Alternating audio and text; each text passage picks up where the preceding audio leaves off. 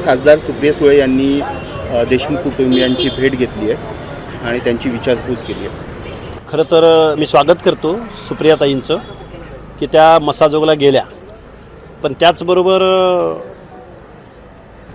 पुरोगामी जो बेगडी पुरोगामी नेता असं मी कायम म्हणत आलो आहे, माननीय शरदचंद्रजी पवार हे बेगडी पुरोगामी नेते आहेत आणि त्यांचाच बेगडी पुरोगामित्वाचा शिक्का सुप्रियाताई सुळे या त्यांच्या वर्तनातून दाखवून देत आहेत।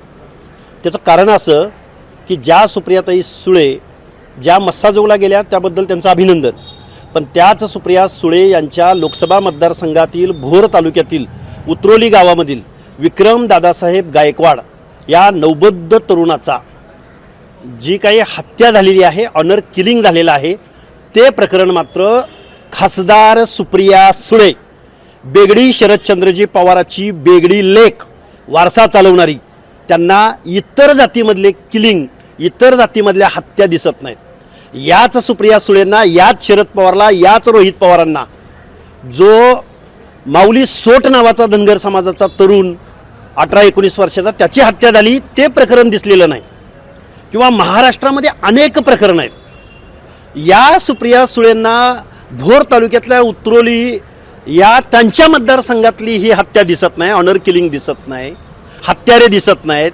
पण राजकारणामध्ये मायलेज भेटतं, अनेक लोक येतात, एकाच जातीमधले हत्यांना खरं तर जात असत नाही, धर्म असत नाही, पंथ असत नाही, पण ह्यांचं बेगडी पुरोगामित्व किती आहे हे महाराष्ट्राला दिसतंय। लोक बोलतील ना, जज करतील, सुप्रिया सुळे तुम्ही नेते आहात महाराष्ट्राच्या, तुम्हाला हे प्रकरण दिसत नाही।